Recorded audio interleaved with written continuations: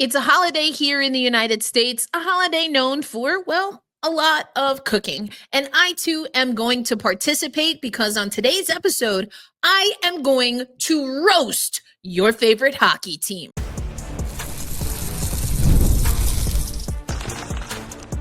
You are Locked On Kraken, your daily podcast on the Seattle Kraken, part of the Locked On Podcast Network, your team every day. Oh, Seattle Kraken fans, welcome to another episode of Locked On Kraken, part of the Locked On Podcast Network, where we bring you your favorite team, as painful as it may be, every single day. The Seattle Kraken fall 5-2 to the Anaheim Ducks at home. And I have a lot of thoughts on this game. Before we get into that, I want to let you know today's episode of Locked On Kraken brought to you by FanDuel. You can start this season with a big return on FanDuel. New customers can place a $5 bet, and you'll get started with $150 in bonus bets if your first $5 bet wins. Visit FanDuel.com to get started. For those listening on audio, I am grasping at the air. I am trying to make it make sense. I am trying to be calm and in the spirit of the holiday that is, although I generally speaking don't celebrate the commercialization of nor the historical context of today's holiday. I am trying to be grateful. I am trying to relax, right? It's a holiday. But when I witnessed via Everett and Al on the radio what I witnessed last night, and I've given it some time. I did some actual cooking.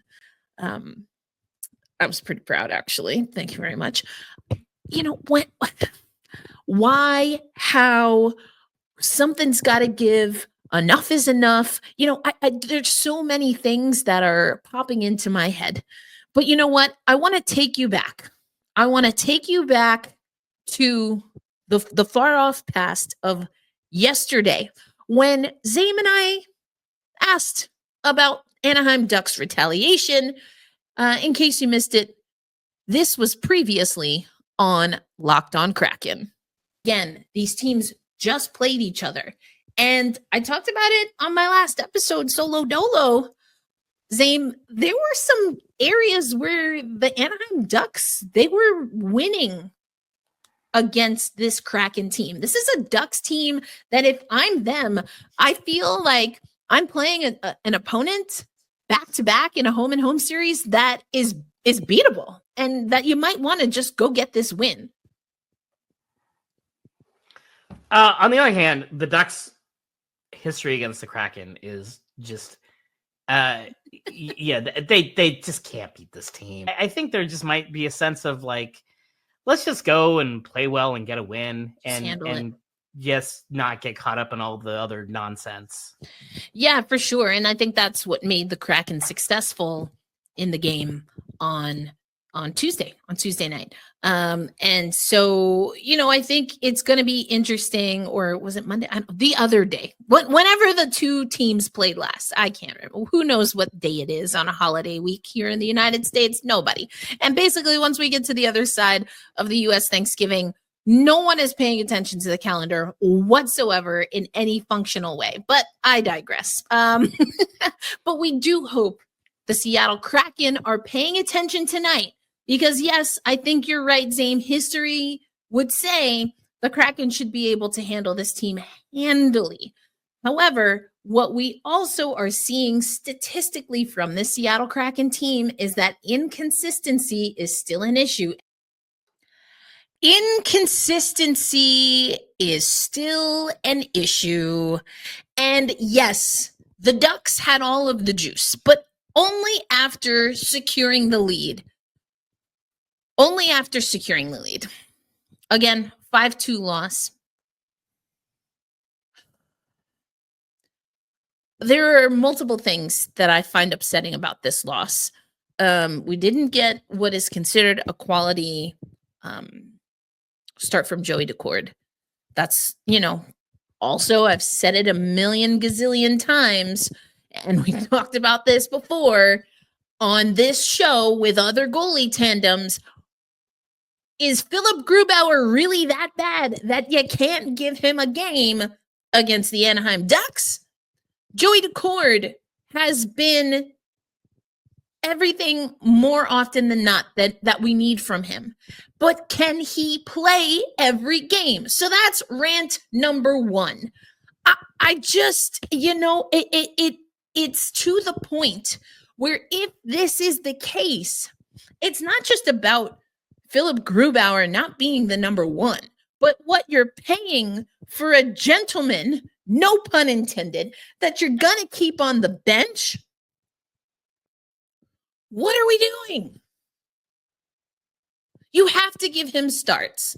Now, if there is a nagging something or whatever with Philip Grubauer, sure, okay. But we've seen him start since his home accident.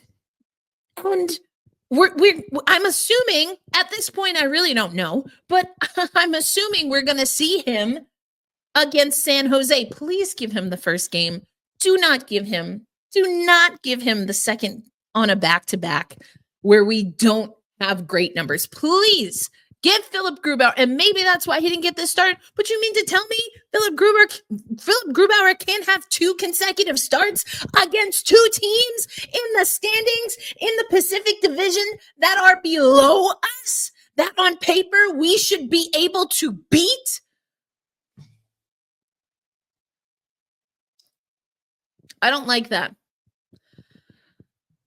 If you're listening on audio, in fairness, I did not give you an audio trigger warning, but on the sidebar, for those watching on YouTube, I did say this was going to be an epic rant.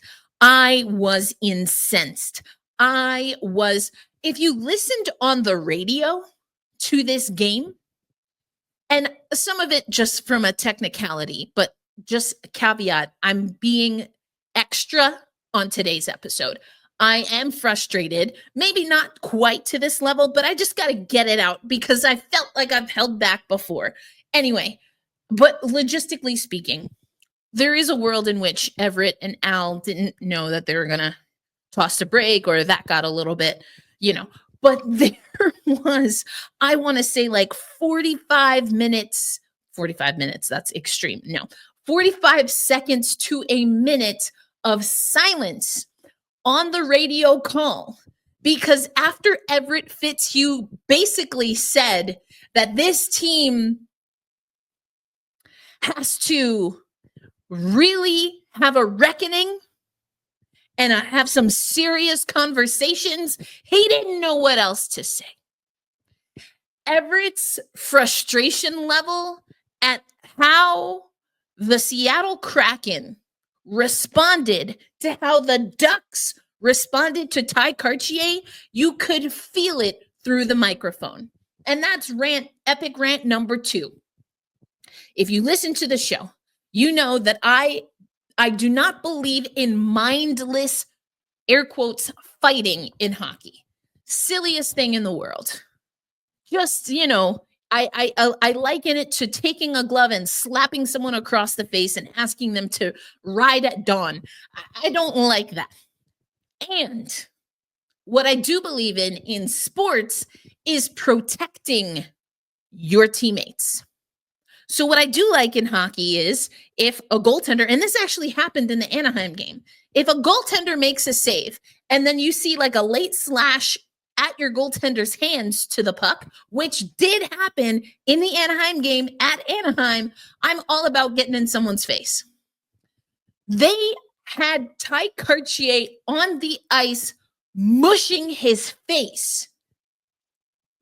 And like the response or lack thereof, not just before that incident, but even in that moment, Everett was frustrated. I'm extremely frustrated. And I've said this before about this team. Within the history of this team,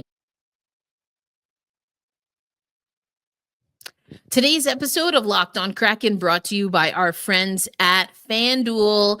Get ready to tackle NFL action with FanDuel, America's #1 sportsbook. Because right now, new customers can bet $5 and get $150 in bonus bet in bonus bets if your first bet wins. The FanDuel Sportsbook app gives you everything you need to place live bets on the NFL, the NHL, the WNBA when it's in season, all in one place. But during the NFL season, when you get a hunch in the middle of the game, you can check out the latest stats live, view live play-by-play, and so much more on the same page where you place your bets. Just visit FanDuel.com to join today. You'll get started with $150 in bonus bets if you win your first $5 bet. That's FanDuel.com. Never waste a hunch and make every moment more with FanDuel, an official sportsbook partner of the NFL. Today's episode of Locked on Kraken also brought to you by Game Time. You know I love me some Game Time. I hit the road a lot, which I will be doing at the top of the year. And sometimes you want to see your favorite show. You want to hear your favorite band. And you need to get last minute tickets because you just realized that you're in the same city. And that's what I love. You can find tickets fast. You can find great prices and great deals right in the app. And if you're going to an event where you have specific and designated seats, then you can see the view from your seat. I also love the all-in pricing toggled feature that shows you the total upfront cost with no surprise fees at checkout. And of course, there's the Game Time guarantee. Game Time will credit you 110% of the difference should you happen to find a better price somewhere else. So take the guesswork out of buying tickets with Game Time. Download the Game Time app, create an account, and use code LOCKEDONNHL for $20 off your first purchase. Terms apply. Again, create an account and redeem code LOCKEDONNHL for $20 off. Download Game Time today. What time is it? It's game time.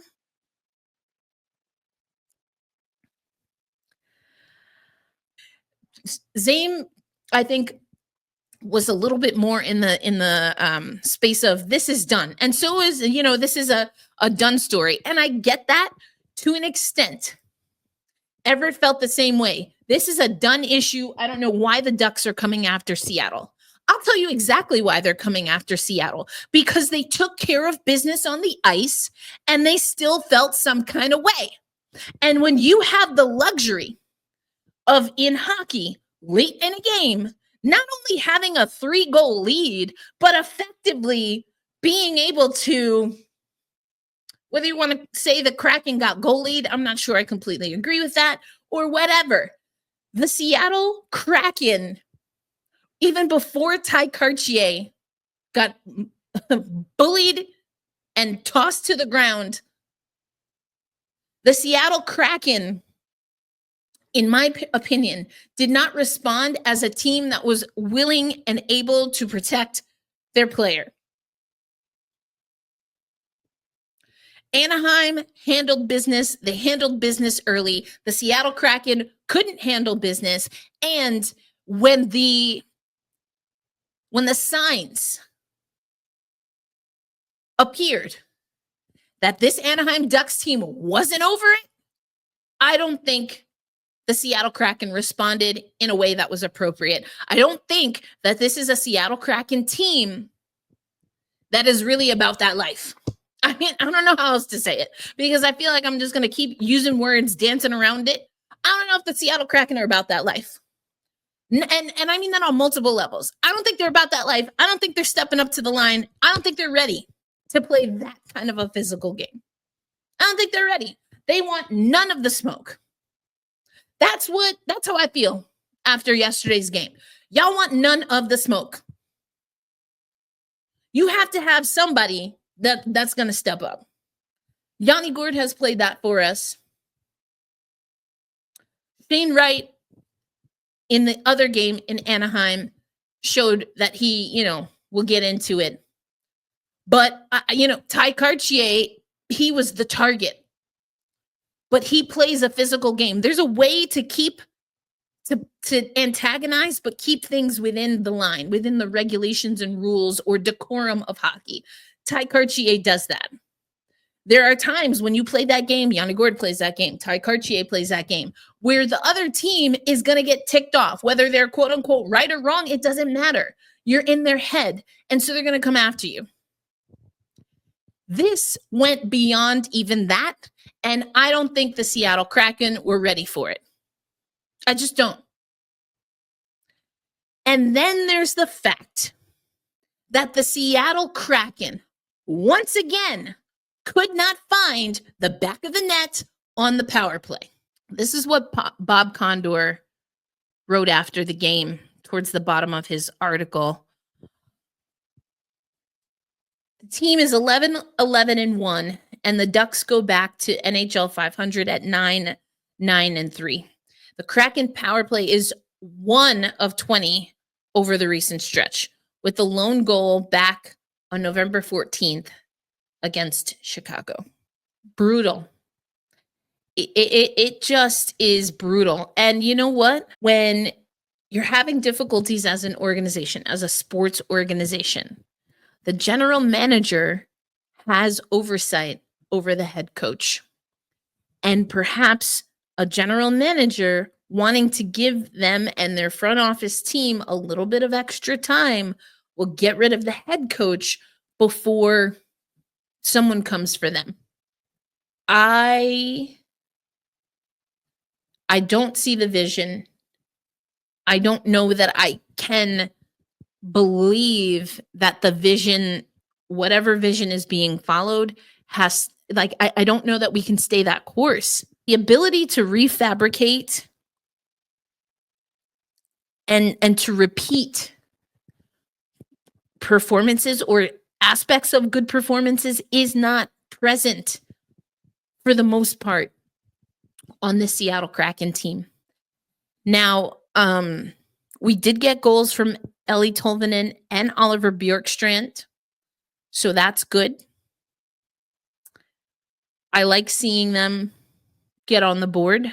Both of them spoke after the game. But 22 penalty minutes, again, hello, how much more of an indication do you need that this team was fired up and they took exception? 62% on the faceoff. 0%. So I like that. 0% on the power play. Shots on goal, 44. 44 shots on goal. A little bit of my frustration is the way the Kraken played absent of any other opponent. An extreme part of my frustration is how the Kraken responded, or a lack thereof of a response, to obviously a physical, a riled up Ducks team. The Anaheim Ducks are not the bully ball team of the league. They're not. But for the teams that do have wreckers, like absolute chaos makers on their team, they're going to have a field day with the Seattle Kraken. And I've felt this way for a while. We talked about this in the playoff run. Nothing after that McCann hit. Nothing really. And when we do pick, like now we'll pick a fight against San Jose, right? We'll just pick a random fight. That makes no sense. That is nothing more than frustration. That doesn't help anybody. If you want to be frustrated, just break a stick down the walkway like a normal hockey player. That was a joke. But also, do that. Alternatively, you can fix the things that are making you frustrated. Fix them. What? What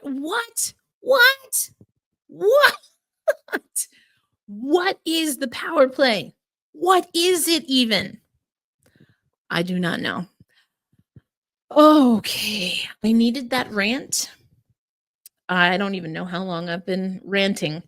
But coming up next on Locked on Kraken, Ryan Winterton recalled from Coachella Valley, assuming he will join the team for the game tomorrow in San Jose. And it's a home and home, a proper back-to-back. So they will play San Jose also on, Saturday, before they hit the road and take on Carolina. And then we'll take on the Islanders the Devils and the Rangers. I'm planning to be at the game against the Devils and the game against the Rangers. So I'm assuming we're going to see Ryan Winterton on that trip. I am curious if the Seattle Kraken will bring anyone else along, because even with Winterton, that just leaves one healthy scratch. There's no reserves right now for the Seattle Kraken. So are they going to bring a forward along as well? I guess we'll see. We've seen that before. But what we did hear from Ellie Tolvanen, what we did hear from Oliver Bjorkstrand and Dan Bylsma is that defensively, this is not a solid team. Who's been saying that forever?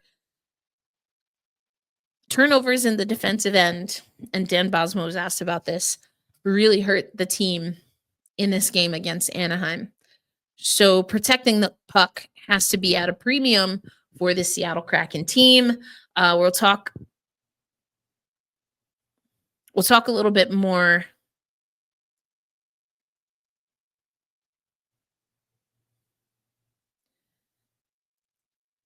So, I don't know. What are we going to see from the Seattle Kraken team on the road? So a missed opportunity by the Seattle Kraken to improve their home record. They're 7-5-1 at home. They're 4-6-0 on the road, and they're playing teams like Carolina and the Rangers, the Islanders. Who knows? The Islanders, they're basement. But they're in earshot, eyeshot of us. 21 points they have on the season. We're at 23. Right, just barely above the Ducks. Oh, man. I'm bummed. I didn't want to be bummed today, but I'm bummed. Also, Coachella Valley, they lost last night. The Kansas City Mavericks lost last night. Speaking of Kansas City, on today's episode, you'll hear a little bit from Tad O'Had. And the Kansas City Mavericks, your ECHL affiliate, will be back here in Tulsa on Friday. I'm expecting to go to that game. Just have a few things I have to sort out. But, I'm curious to see how they bounce back for what is a much better Tulsa team. And you'll hear a little bit about that coming up on today's episode of Locked on Kraken. If you're a renter, I'd start taking advantage of Built. Here's the thing. You can earn points on groceries, travel, and practically everything else that you buy.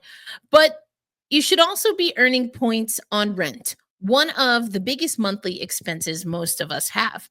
Built changed the game by letting renters earn high-value points on rent and around their neighborhood. There's no cost to join Built, and as a member, you'll earn valuable points on rent and on your everyday spending. Built points can be transferred to your favorite hotels and airlines, and even the ones you haven't heard of. There are over 500 airlines and 700,000 hotels and properties around the world you can redeem your Built points towards. Start earning points on rent you're already paying by going to joinbuilt.com/lockedon. That's joinbilt.com/lockedonnhl. Make sure to use our URL so they know we sent you. Again, that's joinbuilt.com/lockedonnhl to start earning points on your rent payments today.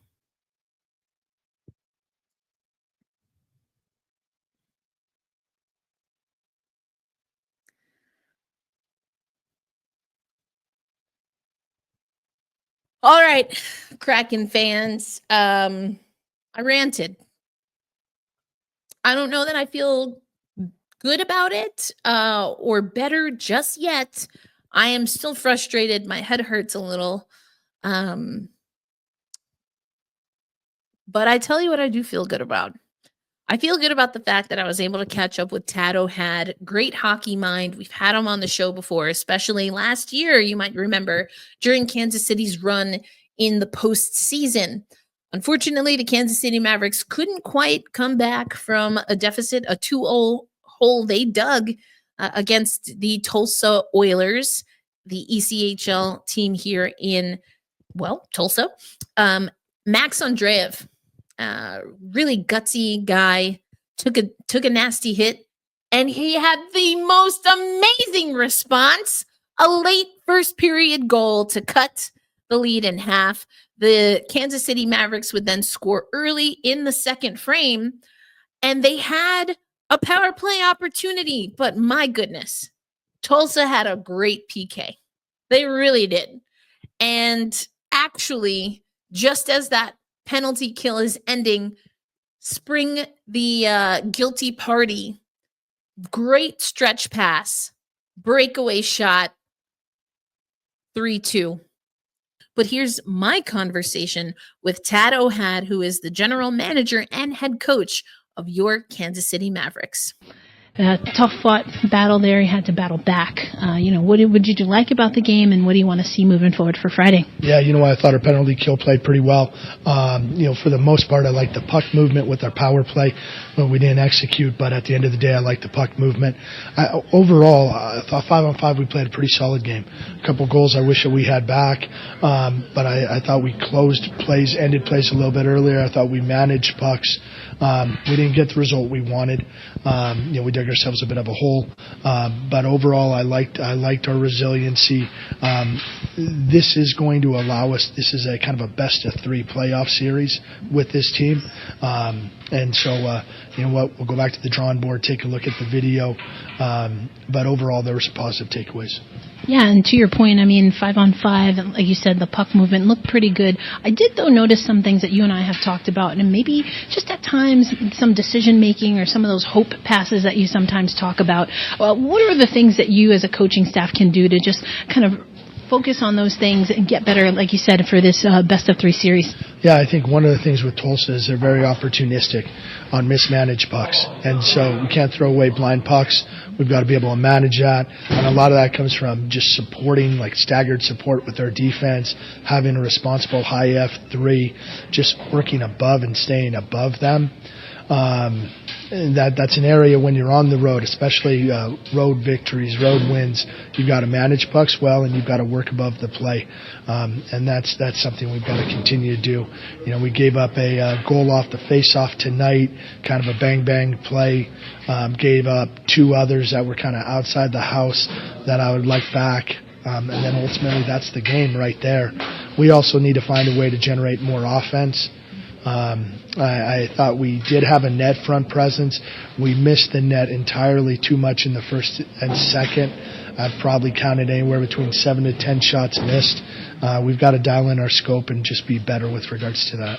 I wanted to ask you a little bit about Max. Gets you that goal late in the first period. What do you like from him, especially being able to come back and be with this team? Yeah, so he's a driver. I think he's one of the best players in this league. That prior to that shift, he got a tooth knocked out. He's down behind our goal, comes back, drives the net hard. He's very tenacious, very resilient. He plays in all situations, power play, penalty kill. His care factor's huge. I think he's one of the most talented players in this league, and I love his passion and resiliency. He's definitely a driving force. And, this time of year, everyone knows it's hockey season, but it's also holiday season. What are some of the things that you as a coaching staff try to do to kind of keep that balance between staying focused? You've got a game Friday and Saturday, but also knowing that this is a moment where players might be thinking of home. Yeah, so that's so incredibly important. We have 4 games in 5 nights, and so we try to be cognizant of rest and regeneration. Guys will have the day off tomorrow. On Monday they had a Thanksgiving event together as a team. I think that's important to bring kind of camaraderie together for them. And then we go on the road next week, fly out to Utah. And so we try to do a lot of, bonding as the team, but we also really try to focus on a lot of rest and recovery. I think over the next 10 days, we have a total of 5 games, 1 practice, 1 pregame skate. And so it's a lot of wear and tear on the guys. So we need to make sure their hydration, their nutrition, and then their rest. And then just logistically, does that mean that the team will stay here in Tulsa, or you do head back? No, they'll go back tonight. The team kind of talked about that. They'll go back tonight to be able to spend time with families, wives, girlfriends, and then we'll come back. It's a close drive, so it's okay. That was Tad O'Had, your head coach and GM of the Kansas City Mavericks, who, as you heard, were home in Kansas City today. Also, they're going to be in town Saturday, and I think Zame might be trying to catch up with them in Kansas City as his holiday travels have him in Kansas City area. This was a frustrating podcast. Again, some of it was for entertainment value. Some of it is just a cathartic release for me. And hopefully I'm hitting on some notes that you're feeling as well. So you're not alone. It's frustrating. I don't know that this team knows its identity. And if something doesn't change, will this be an indictment on him, or should it be an indictment on him? I really like his philosophy, his approach. We saw what he was able to do at Coachella Valley. I think we need to dig a little bit deeper and be more critical on what it is about this Kraken situation that has not opened up for some of those results to carry over. AHL, NHL, not the same. Firebirds, Seattle Kraken, not the same. But if the philosophy is good and the approach is good, then it should translate. And there are just so many near misses with this team. I just think there's something a little off. I talked about the front office a little on today's episode, and I do feel strongly that the front office needs to set up this roster for success in a different way. But, I think leadership has to come. It has to come. And I mean, in results. So, for example, the right line has been leading. The Yanni Gourde line has been leading. But we need guys to step up. Joey Daccord has been great. We need guys to take it personally. To really take it personally. Or play for a contract. Whatever you want. But I want to see this roster take ownership, more ownership, and we're just not there yet. Like I said before the Kansas City clip, I just don't know that we have an identity right now, and that's unfortunate. That's unfortunate. Tomorrow's a game day, so we'll see what happens. I am likely going to take tomorrow, Friday, off and give you a Saturday episode, not set in stone, but we'll see. But either way, I'm reminding myself more than anyone else just to take a breath. It's hockey. It's hockey. It's frustrating, but it's hockey. There's so many beautiful things in the world. And again, although I don't subscribe to everything that this day means or is touted as in the United States, I can lean into being grateful. And I'm grateful for this Kraken community. I'm grateful for anyone listening to this right now, which is why I end the show with a reminder for all of us to be kind to ourselves. Let's also be kind to one another as we hold fast, stay true, and loud and proud we say, let's go Kraken. I'll catch you on the next episode. Enjoy the weekend. Peace out, everybody. I'll catch you soon.